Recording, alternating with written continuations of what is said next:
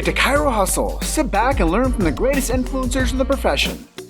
This week's episode is brought to you by Imaging Services, ChiroThin, Chiro Moguls, Mahalo Wellness, Chiro Health USA, The Goodman Factor, Chiropractic Rocks, Winner's Edge, Chiro Tax Pro, and Digital Hustle.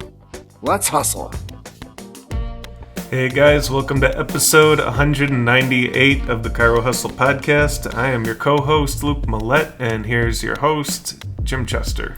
So today we had the opportunity of interviewing Dr. Colin Swala, and if you want to know more about marketing in 2020, stay tuned. So we got another episode of Chiro Hustle Podcast. This is episode 198. We have Colin Swala coming in from the great country of Canada. And we're so happy to have you today. Welcome to our show. Yeah, thanks. It's awesome to finally be on. I'm really excited about this. I've been watching you for like years now, and I've been pumped for this opportunity to come on and have a chat. Yeah, man, we're really happy too. And I know that we connected with Inner Circle a year ago, maybe 2 years, I don't know. But we've connected up in Victoria, Canada. And I was really excited about meeting you too, because I knew you were doing really great work for the chiropractic profession. And being a chiropractor, serving chiropractors definitely has its, you have to work a little extra. Yeah, I'll attest to that. Yeah. I remember when we were chatting, you were like, yeah, it's tireless. I'm working around the clock trying to make things work for all my clients. And I know that it's a big job, so thank you for doing everything you do to support chiropractors. Yeah, no problem. It's easy when it's, aligned with your vision and mission in life, it's not really work. Yeah. So in typical hustle fashion, we always like the interviewee to share what their chiropractic story is and what influenced them to become a chiropractor. So if you could share with our audience today, it'd be great. Sure. Yeah. So this was maybe over 13 years ago. I had a really good friend of mine whose father was a chiropractor, and I was doing computer programming. I had already graduated from college, and I was a web developer and software developer. And him and I had backpacked Europe at one point in one summer. We took a few months off. And he was always destined to be a chiropractor. But then he had mentioned to me he was going over to England to go to chiropractic college. And it just all happened really fast for him. We finished traveling. He came back to Canada and then within weeks was back over going. And he didn't know he was even going to go at that point. And he just basically, I've known him and his family. And once he left and went, I just thought, man, I'm sitting around, I'm staring at a computer all day. I am drained at the end of the day. What am I really doing to help, people? I want to work on a job where I could be fired up at the end of the day, So he came back and said, hey, why don't you come over to the UK and be a chiro? And I thought, okay, well, let's try. So I applied and got in, and sort of the rest was history. A lot of chiropractors, I think, have a cool story where they've been saved by chiropractic.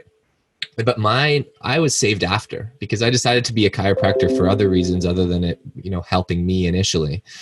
But I actually realized after that chiropractic itself has saved my life, because I had very severe vertigo that was totally unexplained. I couldn't even explain it to family doctors. They would, you get this typical run around where you're kind of crazy. They don't know how to diagnose it.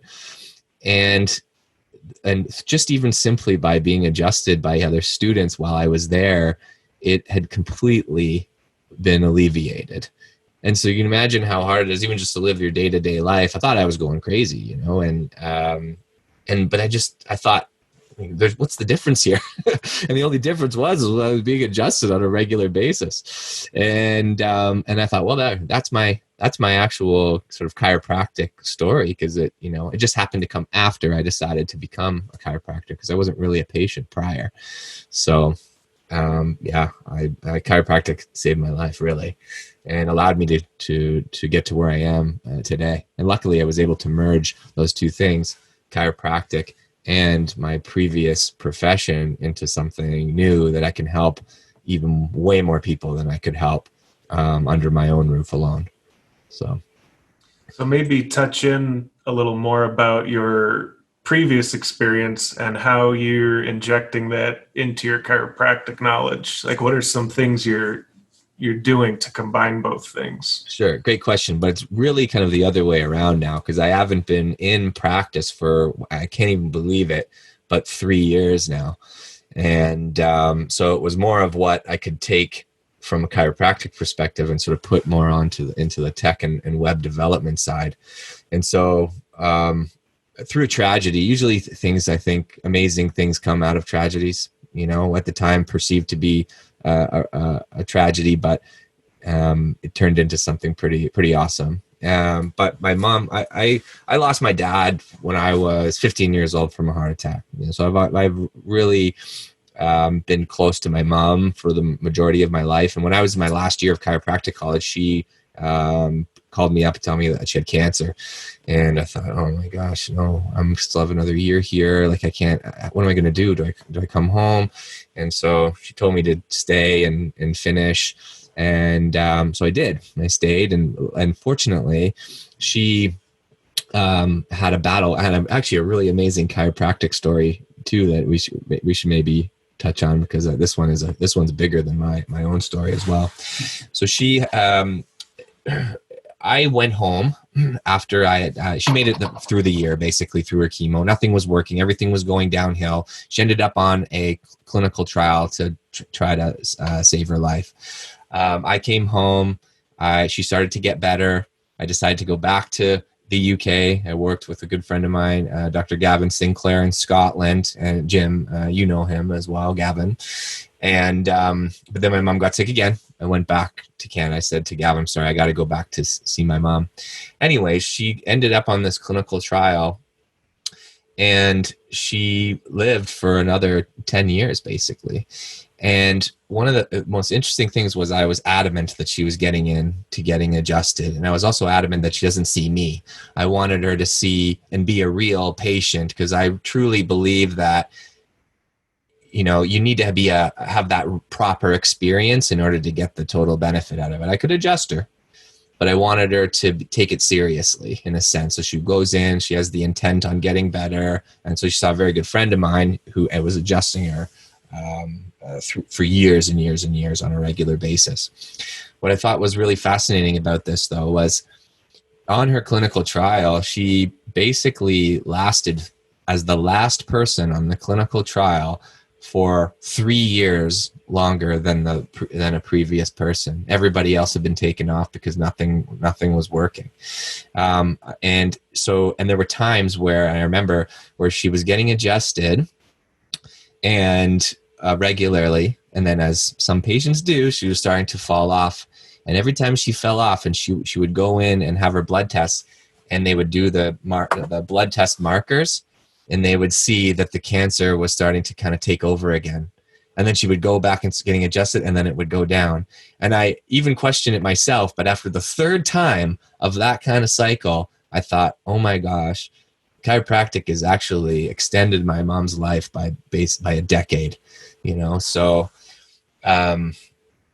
this is just an awesome profession that we're involved in, and everybody on planet Earth needs to be under chiropractic care, and that's why it's my mission now. And I've now kind of combining my two skills in order to bring chiropractic to as many people as possible and connect as many docs with patients who may not have ever explored chiropractic.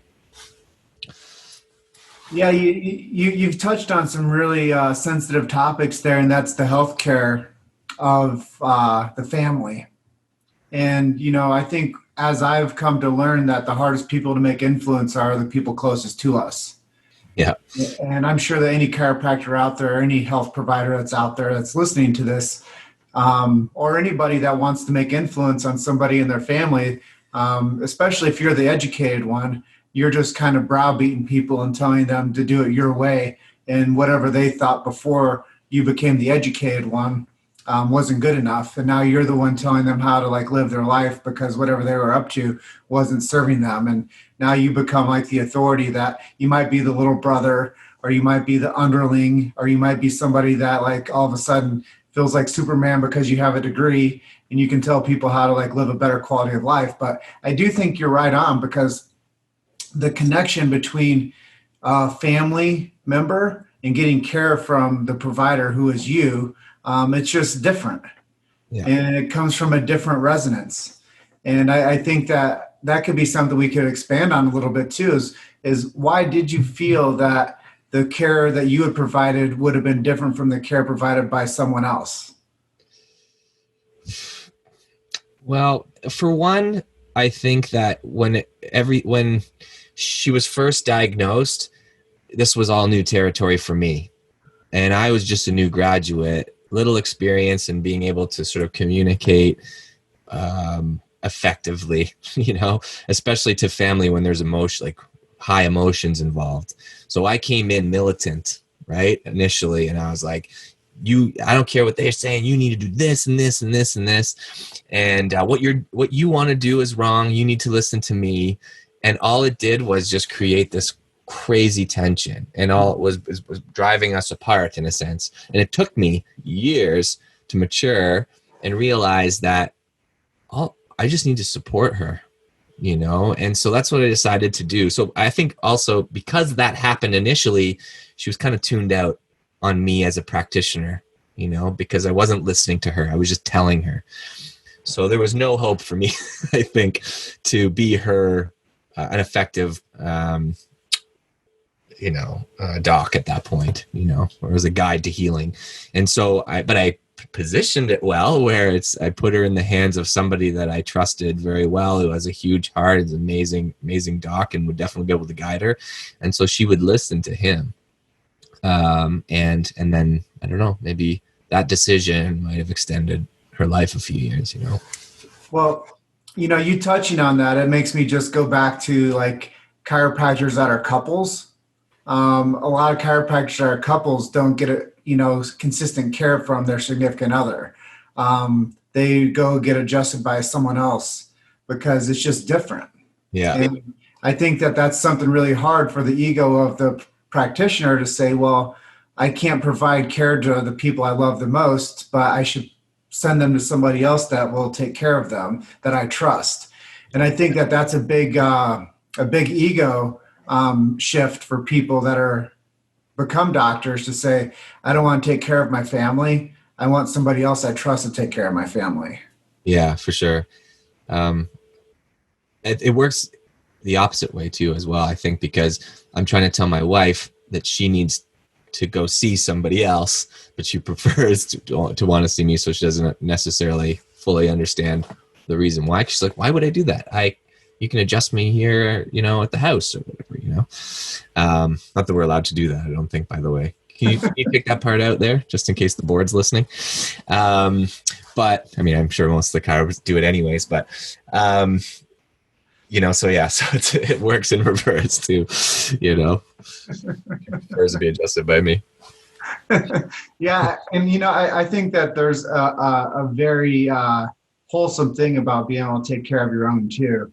And yeah. I think that that's something really important. Like, most chiros will say, yeah, day one, as soon as my baby was adjusted, I checked the atlas. And, I think that that's a misnomer too, that checking is adjusting.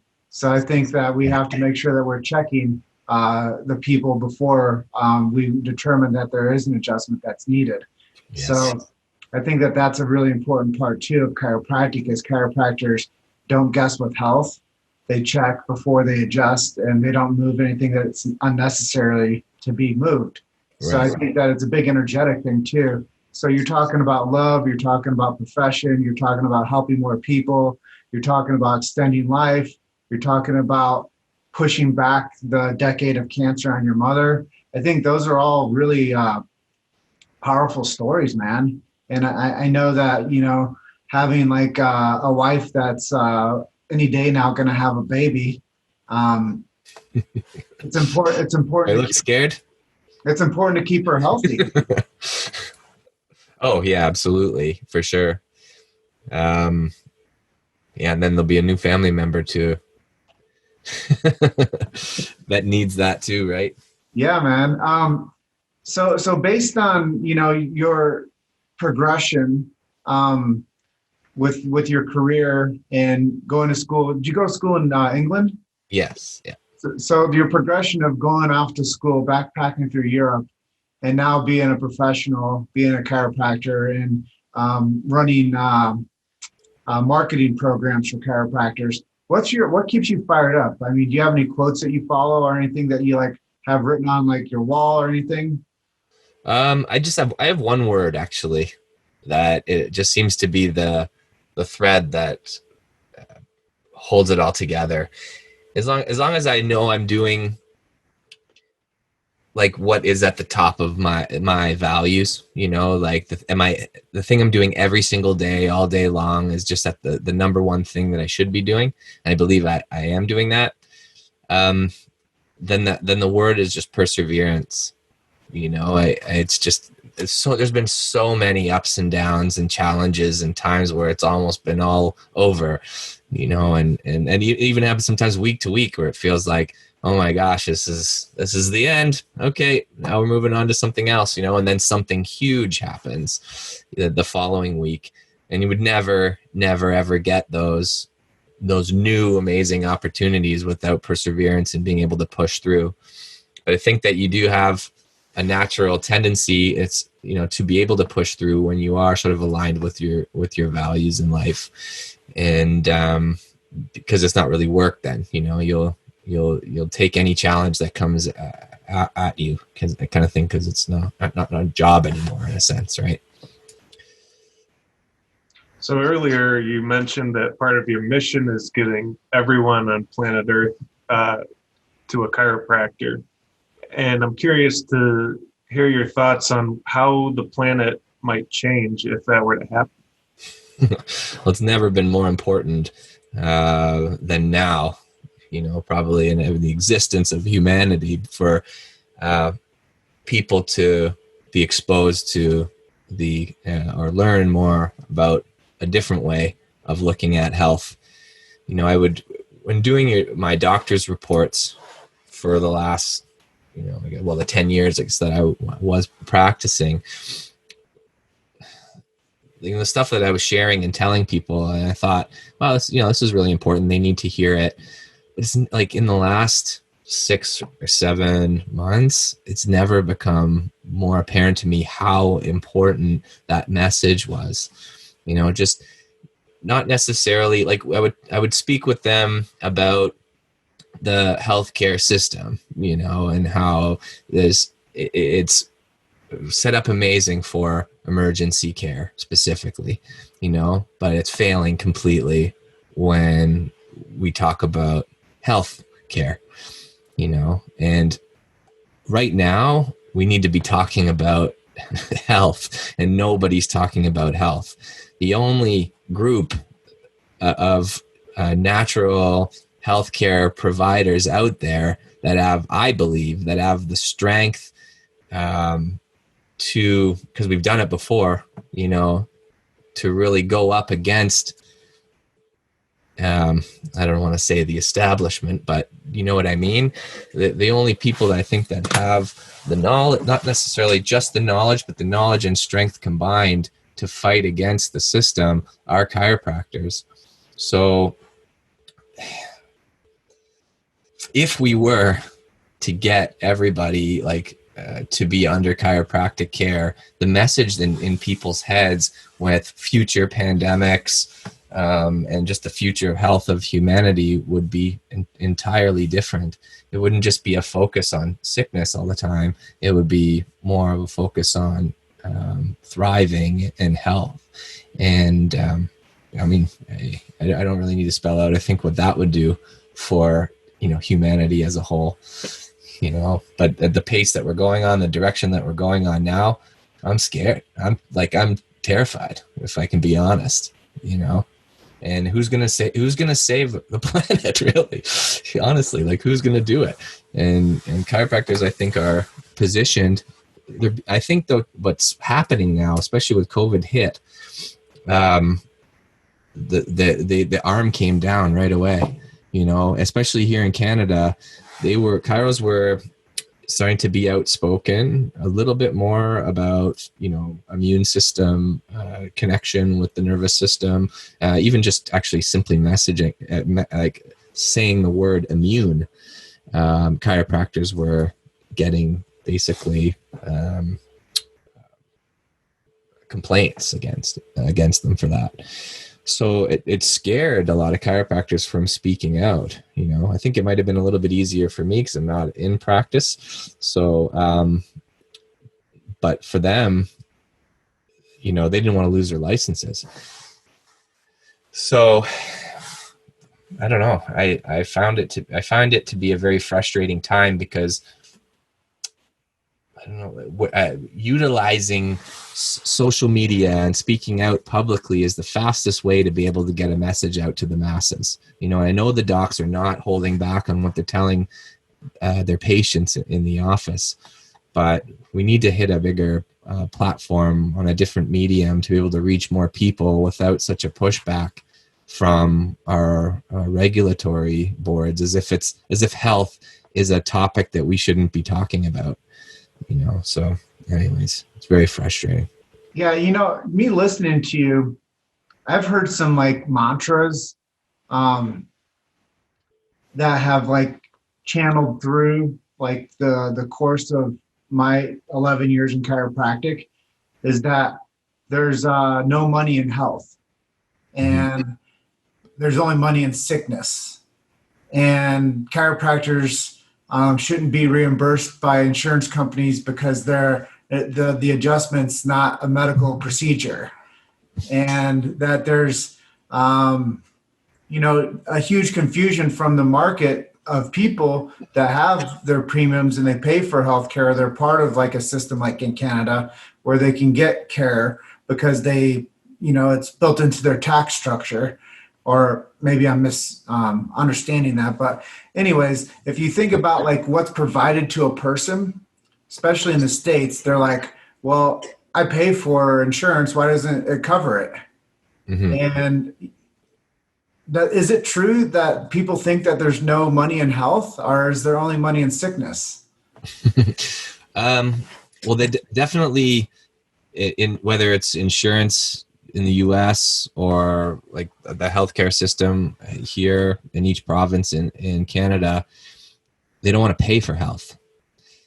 They only want to pay to keep you just on the edge of sick, you know? And so, yeah. So I guess in a sense, then, yeah, it's true. Well, a big topic of discussion that I had a real pushback was back when they were rolling out Obamacare. And they're like, well, everybody has to pay into, you know, health insurance, and everybody has to like get onto this thing. Otherwise, they're going to get penalized every time they get their taxes. And I'm like, how can you force people to take something that they don't want if they don't believe in it? Yeah. And if they don't want to pay for it, yeah, tax me extra. Fine, sure, do that.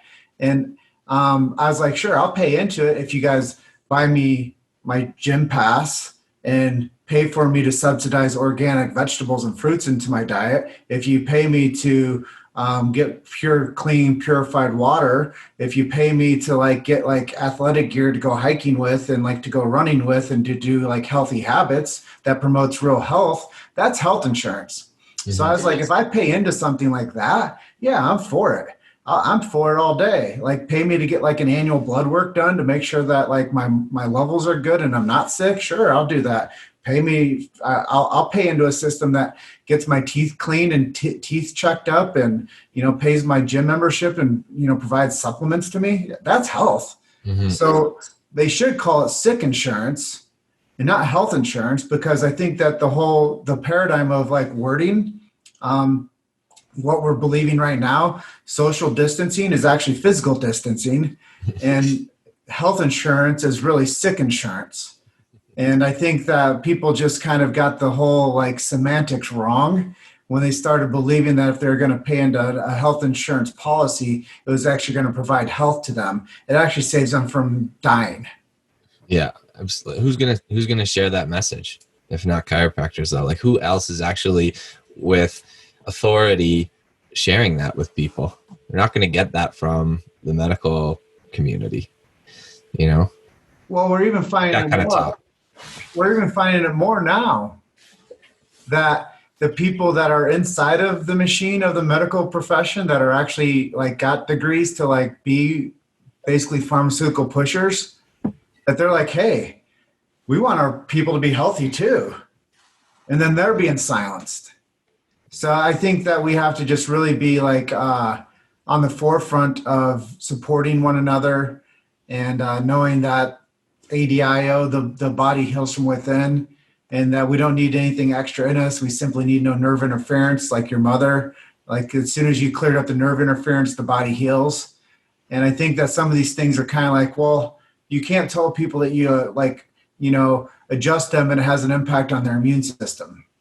Well, yeah, we can, because it does. And I think that that's the part where the regulatory boards are like, hey, if we can just get those chiropractors to shut up, we can really like lie to the rest of the society, because they're going to just follow whatever we tell them on the TV, and we're gonna make sure that in between like the sports that they watch, that they're getting commercials on how to take better pills and how to fight off immunity with a shot. But I think that the chiropractors have been saying it right for 125 years, and 11 years I've been in the profession, is why don't more people know about the miracle of chiropractic? You made it to Chiro Hustle. Sit back and learn from the greatest influencers in the profession. This week's episode is brought to you by Imaging Services, ChiroThin, Chiro Moguls, Mahalo Wellness, Chiro Health USA, The Goodman Factor, Chiropractic Rocks, Winner's Edge, Chiro Tax Pro, and Digital Hustle. Let's hustle. I think it's getting even worse now, but it might be in the long run to our advantage that it seems like you can't say anything that supports the immune system at all. So now you're sort of, the narrative is attacking not just chiropractors. And so it may not all be negative, that what we've had to endure over the last, like this whole year, basically, because I think what this is doing is opening up a lot more of people's eyes about it.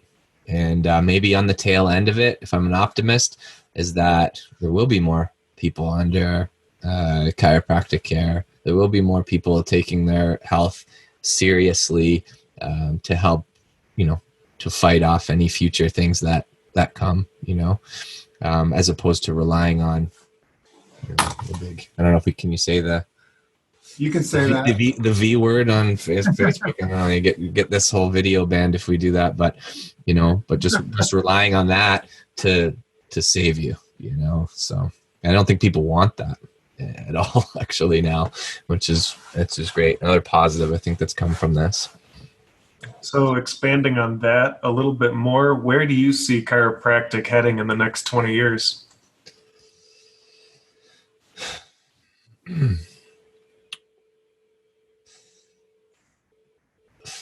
Well, I think that we have some amazing leaders in this profession, and that's why I was saying, like, I lean on the profession as to be the ones that sort of lead a revolution in thinking, I guess, when it comes to health.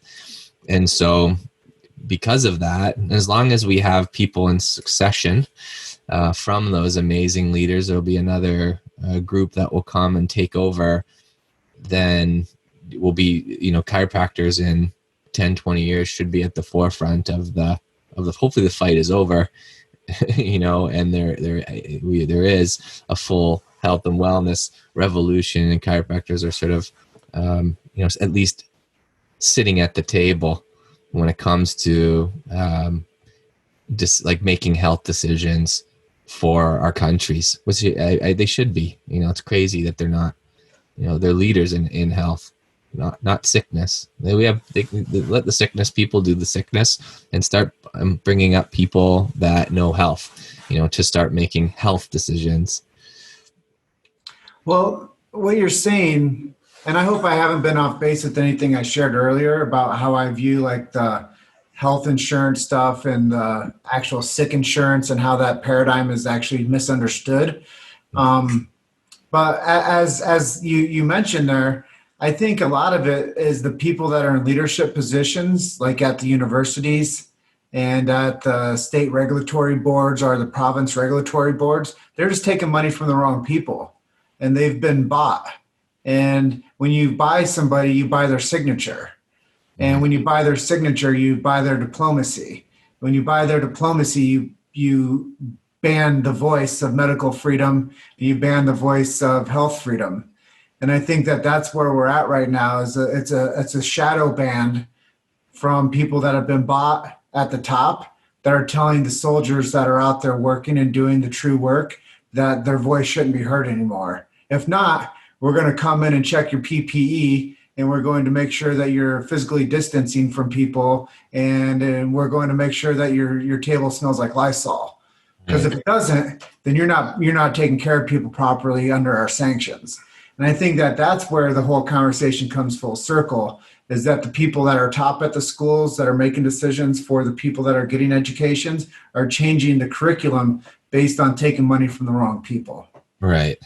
That's all politics as well. It's not escaped in the chiropractic profession. No, it's in banking. It's in everything. Yeah, exactly. And it's difficult. Like you really are, fighting Goliath. Is it David fight Goliath? Yeah. David's the little guy. Yeah. So but it doesn't mean that you can't be won. But there's a lot of power and resistance on the other side, because it's true. There isn't money in health, as you said before.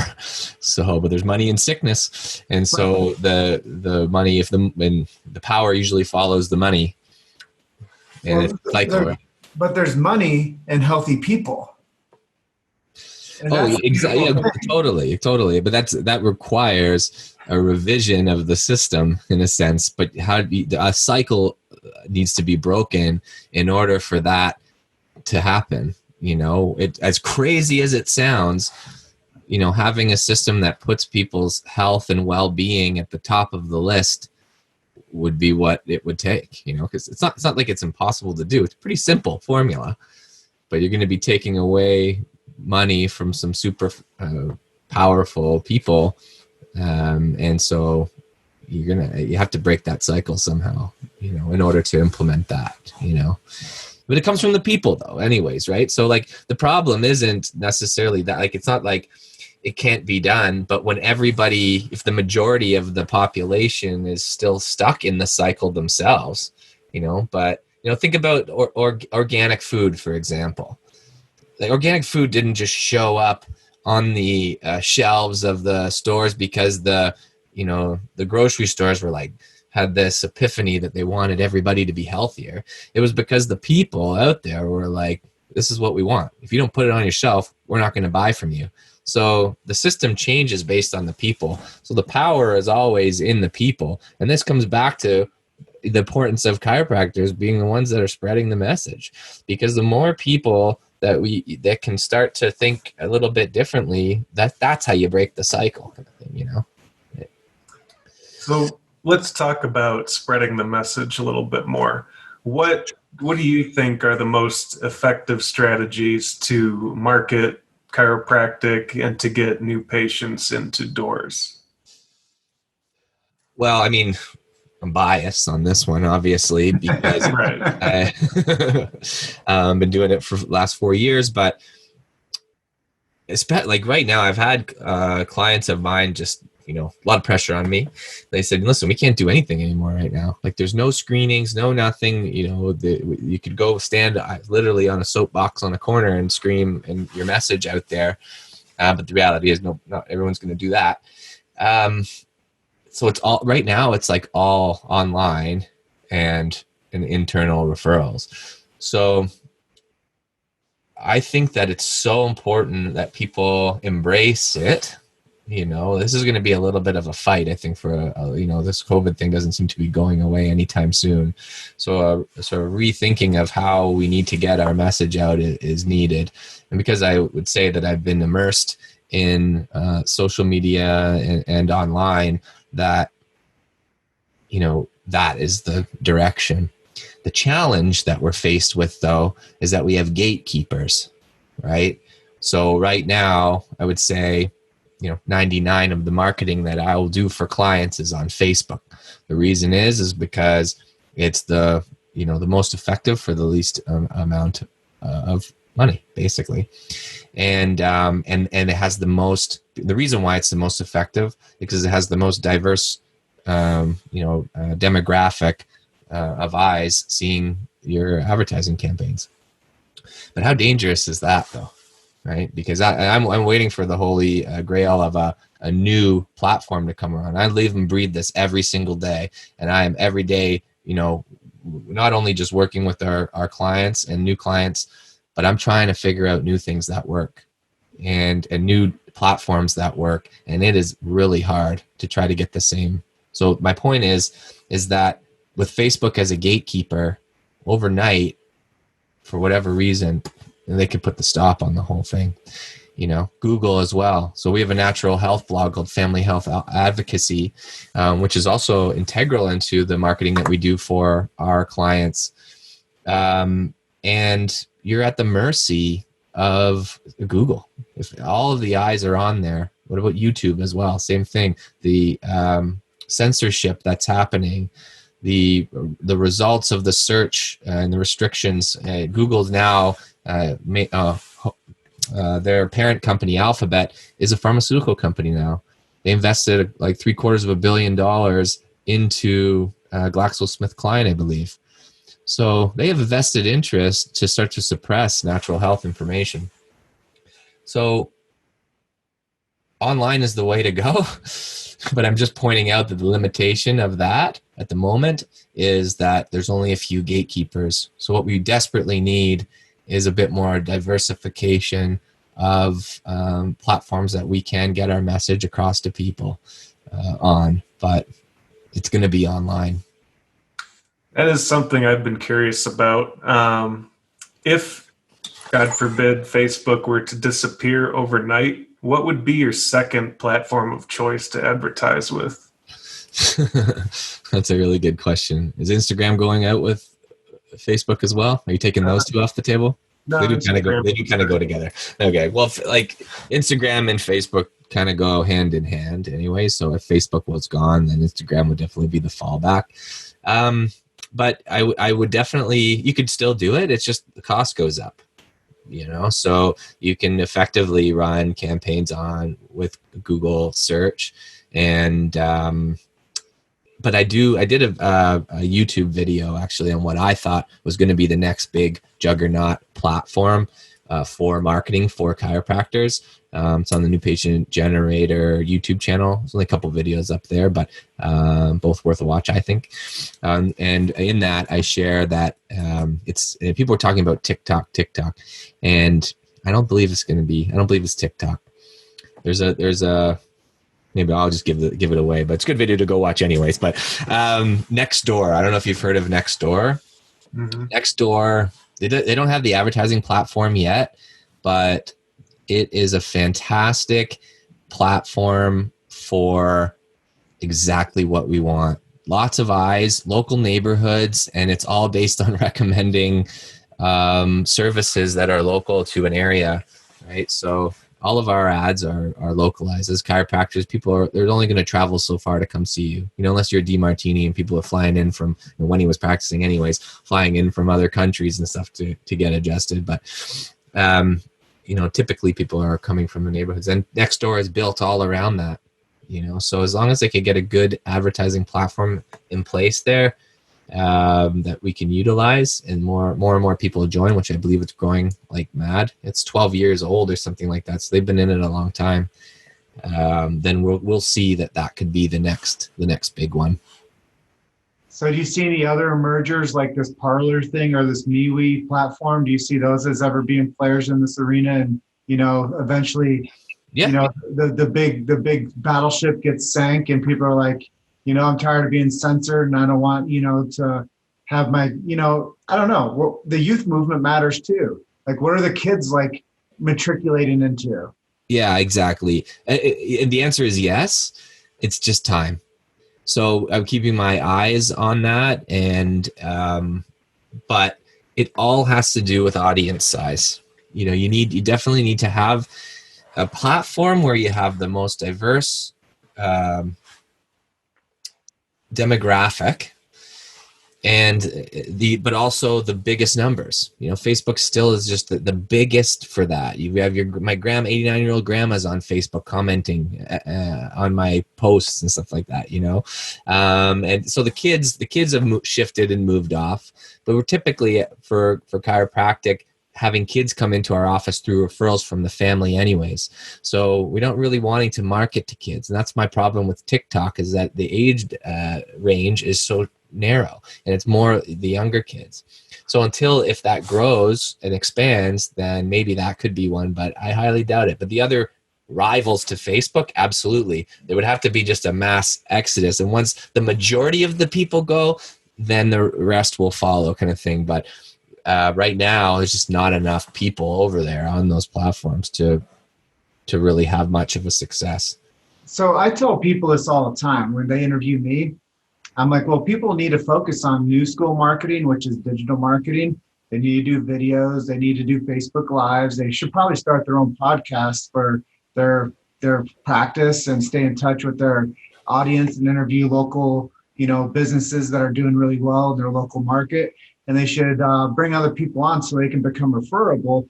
But I also say that people have to be aware of old school marketing too. They have to go to like the chamber meetings. They have to go to like the BNI meetings. They have to like go and shake hands and build a business, like old school business. Before the digital platforms were here, people went and they built businesses by meeting people. They went to, community events. They went out and did screening events. When do you think we get a shift back harder to old school marketing tactics? I hope soon, because that it takes the most effort, I think, but it's the best. Getting out and greeting people. And so that's why I would say that our style of marketing for our clients is different from the others, is because we try to do as much as we can, like as if it was live, as if you were doing a screening. Because the one thing that you get with a live screening that makes it so effective is you're meeting someone, and you're creating a bond with someone. You're maybe sharing some of your expertise, especially like at talks, like going to, a lunch and learn or something, or doing dinner with the doctors. Like we love doing campaigns like that for our clients because it bridges that trust barrier, that people have, and it's very difficult to get over that online. There's a lot of marketers out there, and which is great. It means that there's a success in doing digital marketing, but I think a lot of the emphasis is on quantity versus quality, and so you get quality when you go out to do screenings. Typically, you'll get that because you have that face-to-face with people. The challenge to overcome with online is that if you really try to hook people with the the steal of a deal of a lifetime only, then it's not going to produce the same thing. So that's why I really hope that sooner than later we'll be able to combine doing the traditional stuff with online marketing, because it's exponential growth then. Because now we've just taken one channel out. As I said, my clients are saying to me, it's all on you now, bud, because we can't do any screenings and stuff right now. So they're losing a channel basically of meeting people. Well, it took my knees out earlier this year when all of my clients canceled on me, because a big part of my sector is going out and getting new patients for chiropractic offices. Right. Yeah. Zoom screening events. Yeah. So I hope that it becomes in vogue again, to where people are like, yeah, dude, you have a program called New Patients in a Box? Yeah, I need new patients and I need your program. And I can't wait till that becomes like the top seller, because people are going to be like, dude, events are opening again. Can I hire you? And I look forward to the year, whatever year it is, 2021, 2022, that they're like, Chester, we need your systems. We need to hire you. And then we become like the thing that I've always thought that chiropractic would become, is this massive like network of people actually out there at every event selling chiropractic services. Well, let me give you my prediction for that. What's that? Let me give you my prediction about what it'll be like when that actually opens up. It will be incredible because it'll be like fresh and new, like they've never even seen this before, and I bet you that moment that they open that up and you go out and do a screening, every screening is just going to crush it and kill it. And everybody's going to be lined up once I do the webinar saying, hey, who's looking to get new patients doing external events again? Yeah. Oh yeah, for sure. 10,000 chiropractors will be on that webinar. Exactly, Jim. Exactly. I'm waiting. Yeah, I know. So tell us a little bit about some of your hobbies and what do you do for fun when you're not marketing? That's a good question. I'm juggling 3 big projects right now, so I don't really have much time for fun. But prior to all of this stuff, I'm really big into electronic music. So I was DJing when I was 18. I started producing music not too long after. And so, I wouldn't say that I've completely let it go because it's one of those things that it's just an innate passion. I just don't have much time for it anymore, but one day I'll revise in my life a little bit and then be able to get back and doing some of that stuff again. But right now I'm just on fire for doing what I'm doing. And my hobby right is my job. So are you reading any good books? Not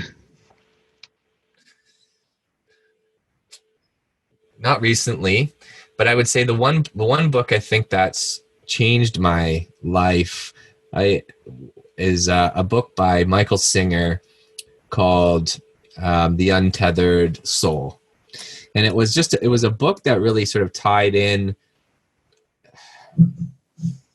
I think, sometimes you feel like you're your own worst enemy and there's a voice in your head that seems to be just arguing with you all the time. And he was in the book, he just really effectively explained how, that voice isn't necessarily you. There's a slight detachment from that voice. And just for the simple fact that you can actually observe that voice means that there's an observer and that voice actually happening. So they're separated at that point. The book obviously goes into a lot more detail, about that, but it just really helped me get a grip on my head. It's just mindfulness in life is so important for success. And, I think if you can, it's always a sort of not necessarily a struggle. It is at times for sure, but, there's always so much to learn there. And, as you increase your capacity, you take on more. I'm having a baby and potentially today or tomorrow, so we're in the final stretch in the last couple of weeks. So that's the next challenge. So how am I going to juggle that and, juggle all of what I'm taking on? But you look at other people and you see how do they do it? And they take on 10 times what I'm doing and they're able to do it. So it's just a capacity issue. And I think it's mindfulness. That is the thing that will help you get to that level. Well, let me ask you a couple quick questions because I know we're coming up on the edge of our time together. Sure. Who are your chiropractic heroes?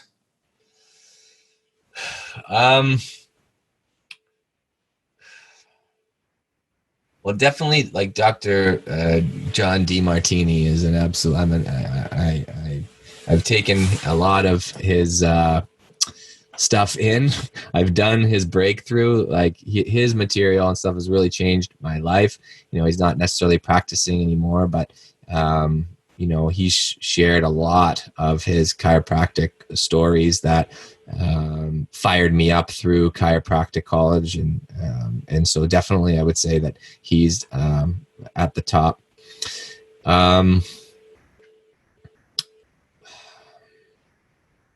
Who else did I say? I think that's substantial. I think DeMartini's a massive influence. But if you were able to have a elevator ride with a chiropractic student, what advice would you give to them? What advice would I give to a chiropractic student? said that they're about to embark on the most, I guess, eventful and joyous ride of their life. And it is a ride. It's a roller coaster, I would explain to them, So the perseverance is the word that comes back through it. They have to know and trust that that what they're doing has such a huge role to play in the future of health of humanity, in a sense. So they have to be able to persevere through that. And they also need to learn as much as they can. When they graduated from chiropractic college, they need to just hang up all that stuff, utilize what they can in practice, but then the real learning starts. So I would say that they need to pick a mentor and multiple mentors, and move on when the mentor, you feel like you've gotten everything out of that mentor, and move on to the next one. Even the greatest people will always have a coach in their life, kind of thing. So I think that would be helpful for a student. Great advice. I think that's so solid. Thank you for sharing so much. At this juncture of the interview, is there anything we didn't ask you that you'd like to share with our audience today? No, just that, if you're interested in doing some online marketing, then go check out the New Patient Generator. We've been doing it for 4 years. Our style of marketing for our clients is all about highlighting you as the doctor, and really showcasing your expertise, and generating quality new patients in the greatest quantities that we possibly can. And we have a free service as well. If you go to thenewpatientgenerator.com/free, you can sign up for our natural health directory listing, which is something that I've put together for helping you to boost your search engine optimization for your website. And if you want to learn more about how that works, then you can check out how to get yourself to the front page of Google in 2020, which is another YouTube video that I put together on YouTube. Cool. Awesome stuff. Well, thank you, Dr. Colin, for being our guest today. And we just want you to enjoy the rest of your evening up in Canada. Yeah, awesome. Thanks so much. I really appreciate you having me on, Jim. It was an awesome discussion. Let's do it again. Yeah. And congratulations on the baby. I look forward to seeing pictures. Yeah, for sure. Definitely will. All right. Have a great day, brother. We'll see you. Awesome. Thanks, guys. See you. Bye. Thanks for listening to Chiro Hustle. Don't forget to subscribe and check back next week to continue hustling.